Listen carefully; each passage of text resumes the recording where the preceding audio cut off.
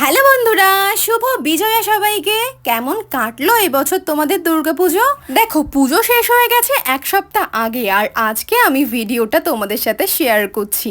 আর আমি এই বছর দুর্গাপুজোয় কোথায় কোথায় ঘুরতে গেছিলাম এর আগে একটা ব্লগ ভিডিও তোমাদের সাথে শেয়ার করেছিলাম। আর আজকে এই ব্লগ ভিডিওটা স্পেশালি এই কারণেই বলছি, কারণ আজকের ব্লগ ভিডিওটা আমি দুজন স্পেশাল পার্সনের সাথে ঘুরতে গেছিলাম। আর কারা সেই দুজন স্পেশাল পার্সন দেখতে চাইলে অবশ্যই ভিডিওটা শেষ অবধি কিন্তু দেখতে হবে। আর হ্যাঁ, ভিডিওটা আপলোড করতে একটু না অনেকখানি লেট হয়ে গেছে, তার জন্য সরি। হ্যাঁ, আর পরের বছর দুর্গাপুজো আসতে আমাদেরকে আবারও অপেক্ষা করতে হবে 365টা দিন, তারপরে গিয়ে আবারও এই দিনগুলো আমরা ফিরে পাবো। আর বাঙালির সব থেকে বড় উৎসব হলো এই দুর্গাপুজো, সেটা তো আমরা সবাই জানি। তার জন্য তো অপেক্ষা করতেই পারি আবারও 365টা দিন। দেখতে দেখতেই সময়গুলো খুবই দ্রুত কেটে যাচ্ছে। তোমাদের কি মনে হয়? আমার তো মনে হয় খুবই তাড়াতাড়ি দিনগুলো কেটে যাচ্ছে। এই তো কিছুদিন আগেই আমি আমার মা বাবার সাথে ঘুরতে গেছিলাম যখন ছোট ছিলাম, আর এখন দেখো আমি কত বড় হয়ে গেছি, আর এখনো আমি আবারও সেই আমার মা বাবার সাথে ঘুরতে বেরিয়ে গেছি। তো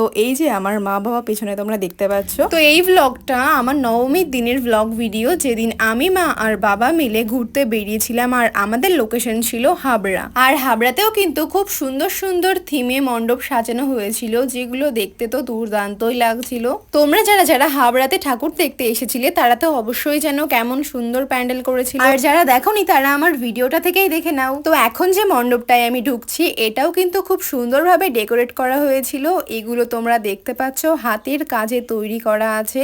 এখানে পাটকাঠি দিয়ে কত সুন্দরভাবে ডেকোরেট করা ছিল। আর মণ্ডপের মধ্যটাও নিখুঁত হাতে খুব সুন্দরভাবে কিন্তু ডেকোরেট করা হয়েছিল, যেটা দেখতে খুবই সুন্দর লাগছিল। আর এরকম উৎসবের সময় সবাই কিন্তু নিজেদের প্রিয়জন না হলে ফ্যামিলির সাথে ঘুরতে বেরোই। আমিও সেরকম আমার প্রিয়জন, আমার ফ্যামিলি, আমার মা বাবার সাথে ঘুরতে বেরিয়ে গেছিলাম।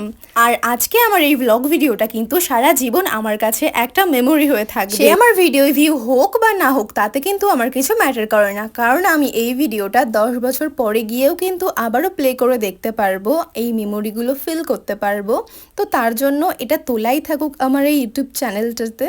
তোমাদের কি মনে হয়? একমত হলে অবশ্যই জানিও আমায় কমেন্টে। তো এই যে মণ্ডপটা তোমরা এখন দেখতে পাচ্ছ, এই মণ্ডপটার মধ্যে কিন্তু চিত্রশিল্পটাকে খুব সুন্দরভাবে তুলে ধরা হয়েছিল, যেটা দেখতে খুবই সুন্দর লাগছিল। তো এরপর আমরা চলে আসি হাবড়া রূপকথা হলে সামনে দিয়ে যে রাস্তাটা চলে গেছে তার পাশে যে প্যান্ডেলটা ছিল সেটা দেখতে।